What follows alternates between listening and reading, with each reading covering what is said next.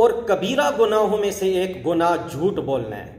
نبی صلی اللہ علیہ وسلم نے جھوٹ بولنے کو منافق کی علامت قرار دیا اور مسلمان کی شان کے خلاف بتایا کہ مسلمان ہو اور جھوٹ بولے، یہ شان مسلمانیت کے خلاف ہے۔ لہٰذا جھوٹ سے بچنا اور سچ کو لازم پکڑنا یہ ہر مسلمان کی ذمہ داری ہے۔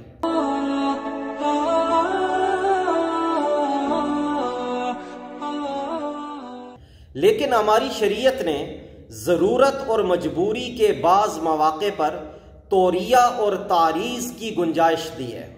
کیا مطلب کہ جہاں سچ بول کر کوئی جائز مقصد حاصل کرنا ممکن نہ ہو تو وہاں صریح جھوٹ تو نہ بولا جائے، لیکن کوئی گول مول سی بات کر کے اپنا جائز مقصد حاصل کر لیا جائے۔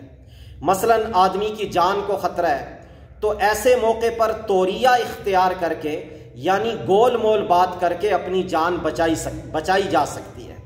اسی طرح دو بندے ناراض ہیں تو ان دو ناراض آدمیوں میں صلح کرانے کی غرض سے اگر جھوٹ بولنا پڑ جائے اور جھوٹ بولے بغیر صلح ممکن بھی نظر نہ آ رہی ہو تو کوئی جھوٹی بات کہہ کر ان دونوں میں صلح کروا دینا بھی جائز ہے۔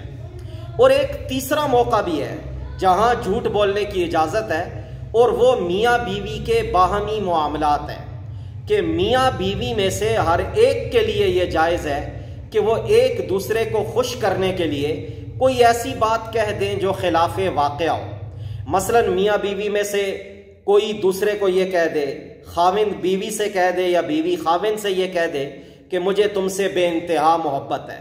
اب خواہ یہ کہنے والے کے دل میں اس کے لیے اتنی محبت اس قدر نہ بھی ہو، تب بھی اگر وہ اپنی بیوی کو یہ کہہ رہا ہے کہ مجھے تم سے بہت محبت ہے تو یہ جائز ہے۔